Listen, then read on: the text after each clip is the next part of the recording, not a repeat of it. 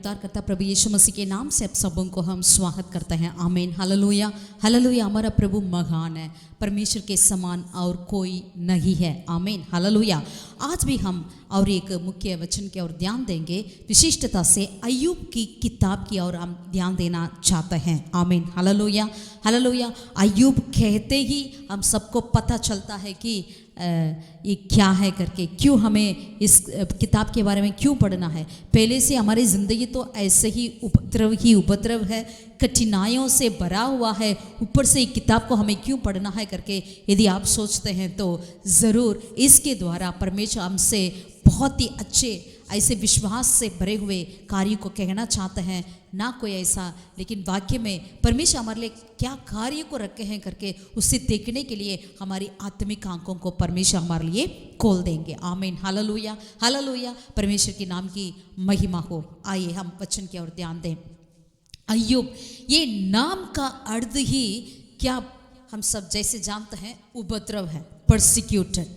आमीन, इस नाम का अर्थ ही परसिक्यूटेड है। कोई बात नहीं, आप यदि ऐसा कोई परसिक्यूशन में गुजरते हैं, क्यों ना हो, विश्वास करें जब आप वापस आएंगे तो ज़रूर परमेश्वर अय्यूब के समान दोगुना आशीष के साथ आपको लेकर आएंगे। आमीन, हालेलुया हालेलुया। काफ़ी स्कॉलर्स कहते हैं ये अय्यूब का नाम जो है ये उनका अपना नाम नहीं है, ये दिया हुआ नाम है, यानी वाक्य में ये उनका सच्चा नाम नहीं है करके वो बताते हैं। It's not real name of job, क्योंकि कोई भी माँ बाप अपने बच्चे को उपद्रव करके तो नाम नहीं रखते हैं। तो इसीलिए ये कुछ ये जो उनके जीवन में हुआ है, इसीलिए बाद में ये नाम उसके लिए रखा गया है। वाक्य में ये उनका अपना नाम नहीं होना चाहिए करके बाइबल स्कॉलर्स हमें बताते हैं। आमीन, हालेलुया। लेकिन जैसा भी हो, लेकिन अय्यूब का किताब हमारे लिए बड़ी आशीष का किताब है। आमीन। अगला हम देखते हैं अय्यूब का समय के बारे में। यदि हम देखते हैं अय्यूब का समय किसी को नहीं मालूम है। अगर किसी को नहीं मालूम है वो कौन सा समय में था करके, जीते थे करके, तो इसका मतलब ये नहीं कि ऐसा कोई व्यक्ति है ही नहीं करके, ऐसा नहीं है। ज़रूर अय्यूब वो जो यदि उनका वो सच्चा नाम हो या दिया गया नाम कुछ भी क्यों ना हो, लेकिन अय्यूब बिल्कुल एक सच्चा एक व्यक्ति था, एक मनुष्य था। उन्होंने इस धरती पर रहते थे। लेकिन काफ़ी स्कॉलर्स अय्यूब के समय को कब बताते हैं, 2500 BC, यानी मसीह के पहले 2500 साल उस समय में अय्यूब जीते थे करके उन्होंने बताते हैं। उसका कई कारण को हमें बताता है, बाइबल में से ही उस कारण को हमें बताता है। पहला कारण क्यों ऐसा समय को बताता है, पढ़ेंगे। अय्यूब का 42वें अध्याय का 16 और 17 वचन को हम पढ़ते हैं। यहाँ पर यूँ लिखा है, अय्यूब का 42वें अध्याय 42, 16 और 17। इसके बाद अय्यूब 140 वर्ष जीवित रहा और 4 पीढ़ी तक अपना वंश देखने पाया। अंत में अय्यूब वृद्धावस्था में दीर्घायु होकर मर गया। यानी अपने दीर्घायु में अय्यूब ने मरा करके इस अय्यूब की किताब की अंतिम अध्याय का अंतिम वचन में लिखा है। यानी इसके बाद 140 तक जिया। इसका मतलब इससे पहले, यानी अय्यूब की जब उपद्रव शुरू हुआ पहला अध्याय से लेकर, फिर वो पूरा जो बातें हुआ, उसके बाद जब उनकी जीवन प्रभु ने वापस लौटाया, उनको चंगा किया और उनके सारे जो धन दौलत वापस प्रभु ने दिया है, और उसके बाद उसकी पत्नी जो वो केवल वही थी उनके साथ और कोई नहीं था, वो फिर वापस उनके लिए 10 बच्चे यानी 7 लड़के और 3 लड़कियां को उन्होंने जन्म दी। यानी ये सारा संभव हो गया। इसके बाद जो है अय्यूब और 140 साल तक जिया है। यानी टोटल बाइबल स्कॉलर्स बताता है 210 साल तक अय्यूब ने जिया है करके वो बताता है। बाइबल भी हमें यही बता रही है, उन्होंने अपने दीर्घायु में मरा है करके वचन में लिखा है। तो ऐसे कुछ 200 सालों तक या 200 साल के अंदर ऐसे जीने वाले कौन करके यदि हम बाइबल में देखते हैं तो ऐसे जिए थे हमारी अब्राहम, इसहाक और याकूब। इनको हम हमारी पेट्रियार्क को देखते हैं, ये भी कुछ ऐसे ही समय तक जीते थे। हालेलुया हालेलुया जिंदा रहते थे। तो इसीलिए हमें पता चलता है यानी इनके पहले अब्राहम के पहले ही अय्यूब का समय होना चाहिए। और दूसरा कारण क्या है, अय्यूब की संपत्ति को यदि हम देखते हैं, अय्यूब की संपत्ति को देखते हैं तो पहला अध्याय का तीसरा आयत में हम पढ़ते हैं, अय्यूब पहला अध्याय का तीसरा आयत। फिर उसके 7,000 भेड़ बकरियां, 3,000 ऊंट, 500 जोड़े बैल और 500 गदहियां और बहुत ही दास दासियां थी, वरन उसके इतनी संपत्ति थी कि पूर्वियों में वह सबसे बड़ा था। आमीन हालेलुया, परमेश्वर के नाम की महिमा हो। आमीन। यहाँ पर अय्यूब की संपत्ति को कैसा गिना जा रहा है, यानी उनके पास कितने जानवर थे, कितने भेड़ बकरियां थी, जितने ऊंट थे या जितने बैल थे, गदहियां थी, दास दासियां थे, इसको गिनते ही उनकी संपत्ति को बताया जा रहा है। आमीन हालेलुया हालेलुया। यानी उनकी संपत्ति इस तरह से नापा जा रही है। और किसका संपत्ति इस तरह नापा गया है, यदि बाइबल में देखते हैं तो उत्पत्ति का 12वीं अध्याय का 16वीं आयत में, उत्पत्ति 12 का 16 में यहाँ पर अब्राहम की संपत्ति को जब गिना जा रही है, नापा जा रही है, वो कैसा नापा गया है, 12 का 16वीं आयत में लिखा है, उसको भेड़ बकरी, गाय बैल और दास दासियां, गधे गदहियां और ऊंट मिले, यानी अब्राहम को। तो यानी अब्राहम का संपत्ति भी इस तरह से ही नापा जा रही है। सो इससे भी हमें पता चलता है अय्यूब का समय क्या है करके। आमीन हालेलुया। ये दूसरा हो गया। और तीसरा कारण क्यों हम बताते हैं मसीह के पहले 2500 साल में अय्यूब जी रहे थे करके। अय्यूब का 5वें अध्याय का 17वीं आयत को हम पढ़ेंगे। अय्यूब की किताब 5वें अध्याय का 17वीं आयत। देख क्या ही धन्य वह मनुष्य जिसको परमेश्वर ताड़ना देता है, इसीलिए तू सर्वशक्तिमान की ताड़ना को तुच्छ मत जान। आमीन हालेलुया। सर्वशक्तिमान 6 अध्याय का वचन 4 को भी पढ़ेंगे। क्योंकि सर्वशक्तिमान के तीर मेरे अंदर जुबे हैं, सर्वशक्तिमान के तीर मेरे अंदर जुबे हैं। और 13वीं अध्याय का 3रा आयत को भी पढ़ेंगे, 13 का 3रा। मैं तो सर्वशक्तिमान से बातें करूंगा। आमीन। और एक वचन को भी पढ़ेंगे 22वीं अध्याय का 25वीं आयत, 22 का 25, 22 का 25 पढ़ेंगे। तब सर्वशक्तिमान आप तेरी अनमोल वस्तु और तेरे लिए चमकीले चांदी होगा। आमीन हालेलुया। और भी वचन है, इन सारे वचन से सर्वशक्तिमान की उस पद को, सर्वशक्तिमान करके परमेश्वर को यहाँ पर अय्यूब बुलाते हैं या एड्रेस करते हैं। आमीन।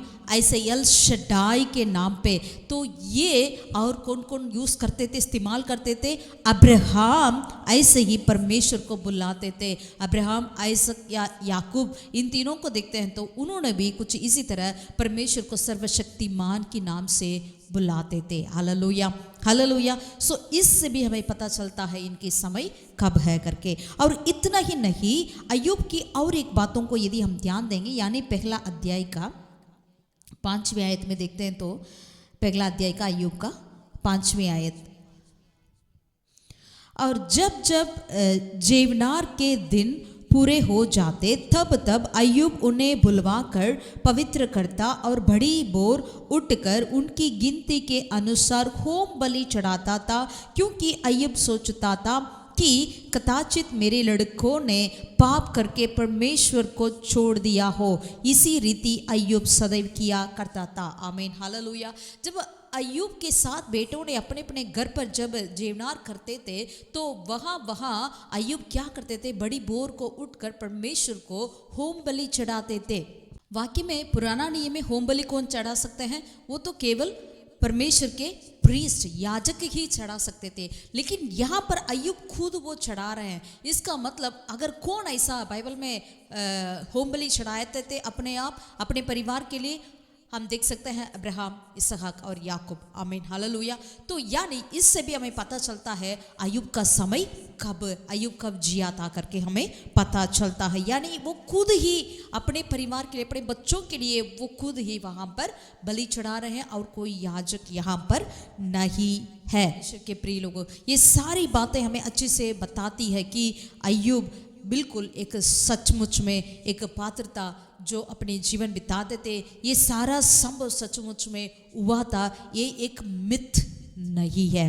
अय्यूब का कार्य एक मिथोलॉजी नहीं है। Hallelujah, hallelujah. ये बिल्कुल एक सच्चाई का पात्र है। इतना ही नहीं, इस अय्यूब के विषय में परमेश्वर आप ही कुछ बातों को बोलता है। आमीन, हालेलुया। एसेकिएल नबी की किताब उसका 14 अध्याय का, एसेकिएल नबी की किताब 14 अध्याय का 14 पद को यदि हम पढ़ते हैं, एसेकिएल चैप्टर 14 वर्स 14, यहां पर परमेश्वर आप ही बताते हैं, क्या बताता है? तब चाहे उसमें नूह, दानियेल और अय्यूब ये तीनों पुरुष हो, तो भी वे अपने धर्म के द्वारा केवल अपने ही प्राण को बचा सकेंगे। प्रभु यहोवा की यही वाणी है। Hallelujah, hallelujah. यहोवा परमेश्वर आप ये कुछ बातों को यहाँ पर बताते हैं। वो क्या बताता है? यदि नूह, दानियेल और अय्यूब ये तीनों पुरुष वहाँ पर होंगे, उन्होंने केवल अपने धर्म के द्वारा केवल अपने ही प्राण को ही बचा सकते हैं और किसी का नहीं। आमीन। परमेश्वर आप ये बताते हैं, यानी नूह और दानियेल के साथ अय्यूब को भी यहाँ पर परमेश्वर बताता है। इससे हमें दो चीज़ से हमें समझ आती है। एक तो ये बात सच है, यानी अय्यूब ने उस वक्त जीते थे, ये बात सच है। अय्यूब एक सच्चा व्यक्ति है, अय्यूब की बातें एक मिथ नहीं है करके हमें पता चलता है। दूसरा, अय्यूब कितना धर्मी है करके भी हमें पता चलता है। आमीन, हालेलुया। और इतना ही काफ़ी है कि या और नया नियम कुछ बताती है अय्यूब के बारे में करके यदि हम सोचेंगे, जरूर नया नियम में भी, वो भी याकूब की पत्री में याकूब ने इसी अय्यूब के बारे में बातें करते हैं। याकूब की पत्री 5वें अध्याय का 11वीं आयत में वो क्या कहते हैं? याकूब ने, देखो हम धीरज धरने वालों को धन्य कहते हैं। तुमने अय्यूब के धीरज के विषय में तो सुना ही है। हालेलुया। अय्यूब के धीरज के विषय में तो सुना ही है, और प्रभु की ओर से जो उसका प्रतिफल हुआ उसे भी जान लिया है, जिससे प्रभु की अत्यंत करुणा और दया प्रकट होती है। आमीन, हालेलुया, हालेलुया। यानी अपने अय्यूब की धीरज को विषय में जानते हैं। इतना ही नहीं, आप उसका प्रतिफल हुआ उसे भी आप जानते हैं करके यहाँ पर याकूब अपनी पत्री में लिखते हैं।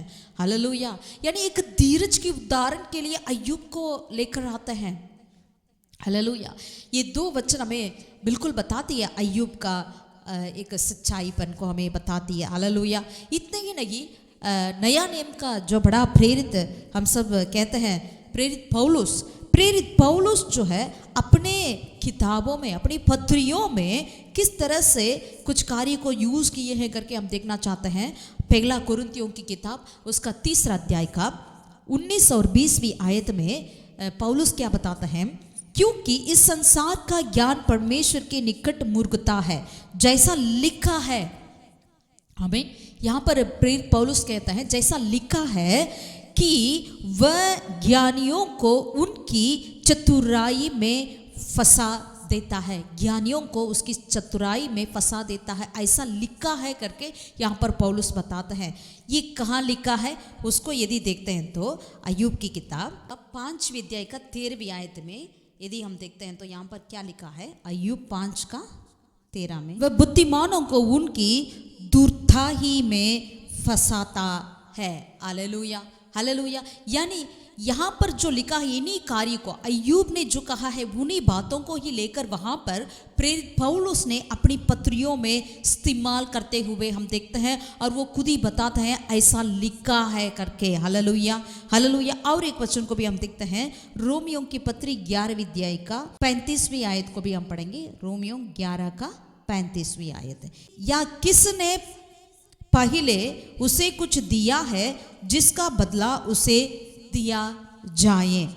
अय्यूब की 41 का 11 को भी पढ़ेंगे। अय्यूब का 41 का 11वीं आयत। यहां पर अय्यूब क्या बताते हैं? किसने मुझे पहले दिया है जिसका बदला मुझे देना पड़े।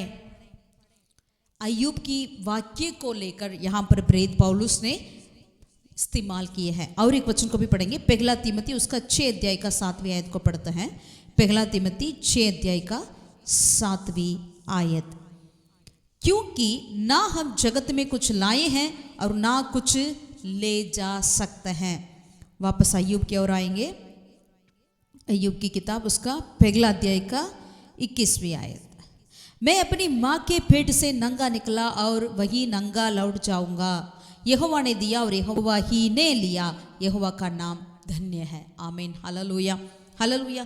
कितने ऐसे कार्य को यहाँ पर पौलुस प्रेरित ने अय्यूब की किताब में से यानी अय्यूब की वाक्य को लेकर अपने पत्रियों में इस्तेमाल किए हैं करके हम देख सकते हैं। Hallelujah, hallelujah. परमेश्वर के प्रिय लोगों, यदि इन्हीं बातों को यदि हम सचमुच में अपने जीवन में लागू करेंगे, हमने कुछ नहीं लाया है, कुछ ना तो ले जा सकते हैं करके इन बातों को हम समझकर जीवन बिताएंगे ना, हमारा जीवन बहुत ही आशीष से भरे रहेगी। हम किसी भी बात की चिंता नहीं कर पाएंगे। Hallelujah, hallelujah. खुशियाँ के साथ हम अनंत जीवन की इंतज़ार में हम आगे बढ़ते ही जाएंगे। हालेलुया। इतना ही नहीं, ये सारे कार्य अय्यूब के विषय में हमने अय्यूब एक बिल्कुल एक सच्चाई था करके हमें बताती है। और अय्यूब जो देश में रहते थे, वो देश का नाम क्या हम देखा है, पहला वचन पहला अध्याय का पहला आयत में लिखा है उच्च देश करके लिखा है। ये उच्च देश के विषय में भी बाइबल में लिखा है। विलाप गीत 4 अध्याय का 21वीं आयत और यिर्मयाह नबी की किताब 25वीं अध्याय का 20वीं आयत में भी ये उच्च देश के बारे में लिखा हुआ है। आमीन, हालेलुया। परमेश्वर के नाम की महिमा हो। ये सारे विषय हमें अभी थोड़ा मन में विश्वास आ रहा है। बिल्कुल अय्यूब एक मिथ नहीं है, वो बिल्कुल एक सच्चा इंसान था, सच्चा पुरुष था, वो जीते थे करके। और अब हम ये देखना चाहते हैं कि इस किताब को किसने लिखा है करके यदि हम देखते हैं तो इसके विषय में कहीं पर तो नहीं लिखा है कौन इस अय्यूब की किताब को लिखा है करके, लेकिन स्कॉलर्स कहते हैं ज़्यादा से ज़्यादा अय्यूब ही इस किताब को लिखा है करके, उसके लिए पॉसिबिलिटी ज़्यादा है करके बताते हैं। आमीन, हालेलुया। एक वचन को पढ़ेंगे अय्यूब की 19वीं अध्याय का, अय्यूब की 19वीं अध्याय का 23 और 24 को पढ़ेंगे, 23 और 24 को पढ़ते हैं। भला होता कि मेरी बातें लिखी जाती, भला होता कि वे पुस्तक में लिखी जाती और लोहे की टांकी और शीशे से वे सदा के लिए चट्टान पर खोदी जाती। आमीन, हालेलुया। अय्यूब आप ही चाहते हैं कि ये सारी बातें लिखी जाएं। आमीन, हालेलुया। वो भी किस किस में लिखना चाहिए करके वो भी बताता है, पुस्तक में और लोहे में और चट्टान पर करके वो खुद ही बताता है। हालेलुया। ना केवल इस कार्य को लेकर और भी कई रीजंस जो है जिसके चलते हमें ये पता होता है इस किताब को लिखने वाला अय्यूब ही है। शायद उसकी भाषा और कुछ होने का संभव है। और बाइबल स्कॉलर्स ये भी बताते हैं बाद में मूसा ने और कुछ लोग ने मिलकर इब्रानी भाषा में अनुवाद किया है करके बाइबल स्कॉलर्स हमें बताते हैं। आमीन, हालेलुया, हालेलुया। इब्रानी भाषा में उन्होंने अनुवाद किया है करके बताते हैं। ये सारी बातें हमें बताती है कि ना केवल इतना ही है, और अय्यूब की किताब को जब हम पढ़ते हैं उसके अंदर कितनी ज्ञान बातें हैं लिखा हुआ है। आमीन, ज्ञान की बातें से भरा हुआ है, सब बुक में है, लेकिन ये किताब के अंदर इतने ऐसे बातें लिखा है। कई बार एस्ट्रोलॉजी के बारे में लिखा है और साइंटिफिक इन्वेंशंस के बारे में लिखा है। ऐसे कई बातें इस अय्यूब की किताब के अंदर लिखा हुआ है। ये किताब को स्कॉलर्स जो है जैसे नीति वचन, भजन संगीता हो गया, इन दोनों के साथ एक विजडम लिटरेचर कहते हैं। आमीन, हालेलुया। इसका थीम, मुख्य विषय क्या है इस अय्यूब की किताब का, जैसे कि हम सब जानते हैं क्यों परमेश्वर एक धर्मी व्यक्ति को जो परमेश्वर के डर भय जी रहे हैं उस व्यक्ति को क्यों परमेश्वर उपद्रव की अनुमति क्यों देते हैं करके ये किताब हमें इसका पूरा विवरण हमें बताती है। उस उपद्रव के समय में हमें क्या करना चाहिए और उस उपद्रव में हमें क्या होगा और उसे कैसा हमें पार करना है करके ये सारी बातों को हम अय्यूब की किताब में से हम सीख सकते हैं, which is very very important in this and times. आमीन, इस अंतिम समय में हमारे लिए ये बहुत बहुत ज़रूरी भी है। हालेलुया। इतना ही नहीं, और इस किताब में कुछ ऐसा मुख्य वचन जो है, की वर्सेस भी हम बोलते हैं इसको, ये क्या है और वो हमें क्या बताती है, बस इन कार्य की ओर हम ध्यान देंगे।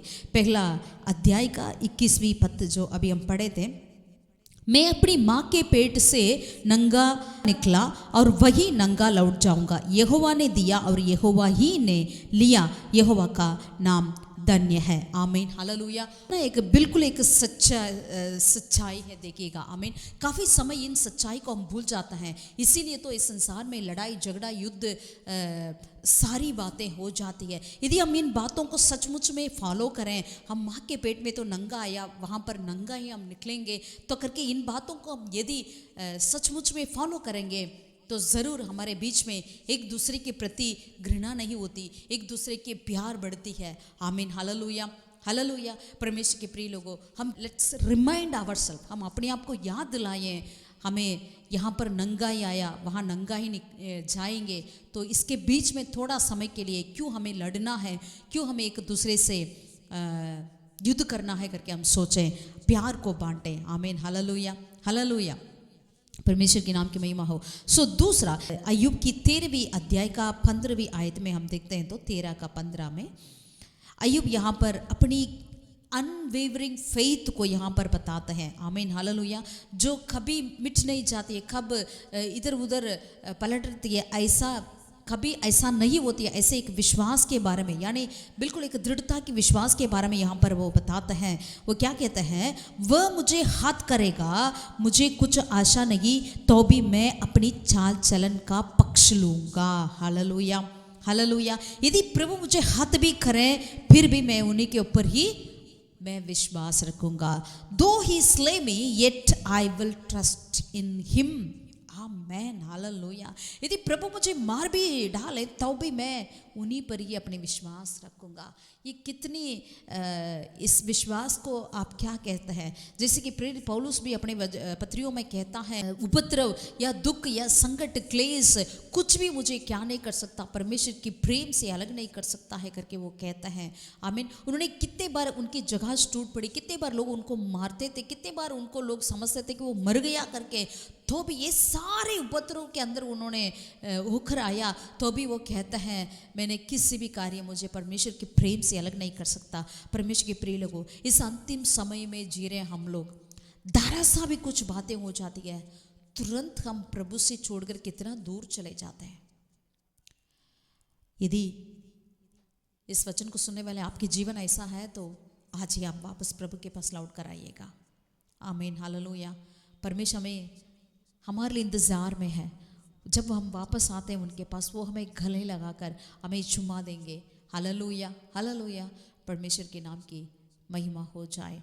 हमारे अंदर ऐसे एक विश्वास, अनवेवरिंग फेथ, कमिटमेंट होना चाहिए। और तीसरा मुख्य वचन अय्यूब की 19वीं अध्याय का 25, 26, 27 को पढ़ते हैं, 25, 26 और 27 को।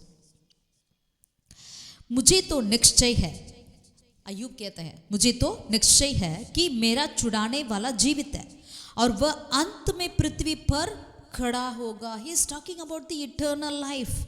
आमीन, हालेलुया। उनके अंदर एक आशा है अनंत जीवन के प्रति, और अपनी काल के इस प्रकार नाश हो जाने के बाद भी मैं शरीर में होकर परमेश्वर का दर्शन पाऊंगा। उसका दर्शन मैं आप अपनी आंखों से अपने लिए करूंगा और ना कोई दूसरा। यद्यपि मेरा हृदय अंदर ही अंदर चूर चूर भी हो जाए, तो भी मुझ में तो धर्म का मूल पाया जाता है। Hallelujah, hallelujah. कितनी एक आशा है। यानी यीशु मसीह के आने के पहले 2500 ईयर पहले, 2500 साल पहले जो जिया था, वो आदमी, वो पुरुष कह रहे हैं कि मेरे अंदर आशा है, मैं अपनी आंखों से अंतिम समय में अपनी छुड़ाने वालों को देखूंगा। ये निश्चय है। वाह, हालेलुया। आज काफ़ी लोग, हम मसीह लोग ही हम ये विश्वास को खो दिया है। क्या प्रभु तो नहीं आने वाला करके काफ़ी लोग हम कहते हैं। परमेश्वर जल्द आएगा। आमीन, हालेलुया। हम अंतिम मिनटों में खड़े हैं। हालेलुया, परमेश्वर के नाम की महिमा हो। और एक वचन को भी पढ़ेंगे जो की वर्स बोलते हैं, मुख्य वचन 38वीं अध्याय का 38 का पहले से लेकर 7वीं आयत तक यहाँ पर देखते हैं। तो यहाँ पर इस वचन के द्वारा परमेश्वर को कैसा हम समझ गए करके हमें पता होता है। देखिएगा, यहाँ पर लिखा है, तब यहोवा ने अय्यूब को आंधी में से यूं उत्तर दिया, ये कौन है जो अज्ञानता की बातें कहकर युक्ति को बिगाड़ना चाहता है। पुरुष की नाई अपनी कमर बांध ले, क्योंकि मैं तुझसे प्रश्न करता हूँ और तू मुझे उत्तर दे। जब मैंने पृथ्वी की नींव डाली तब तू कहाँ था? यदि तू समझदार हो तो उत्तर दे। उसकी नाप किसने ठहराई? क्या तू जानता है? उस पर किसने सूद खींचा? उसकी नेव कौन सी वस्तु पर रखी गई? वह किसने उसकी कोने का पत्थर बिठाया? जबकि भोर के तारे एक संग आनंद से गाते थे और परमेश्वर के सब पुत्र जय जयकार करते थे। परमेश्वर यहाँ पर अपनी सॉवरेनिटी को, वो कितना सर्वशक्तिमान परमेश्वर करके यहाँ पर बताते हैं। हालेलुया। ये सारी बातों को, या किसी भी बात के हमारे पास कोई उत्तर है? हम सोच भी नहीं पाते हैं। अभी तक पता ही नहीं आसमान कितना है, क्या कितनी दूर है, या कितना विशाल है, किसी ने नापा है, या किसी ने कब कोने का पत्थर बिठाया। परमेश्वर की अपनी सॉवरेनिटी को, अपनी सर्वोच्चता के बारे में यहाँ पर हमें बताता है, अपनी सामर्थ्य को, अपनी शक्ति को बताता है। हालेलुया।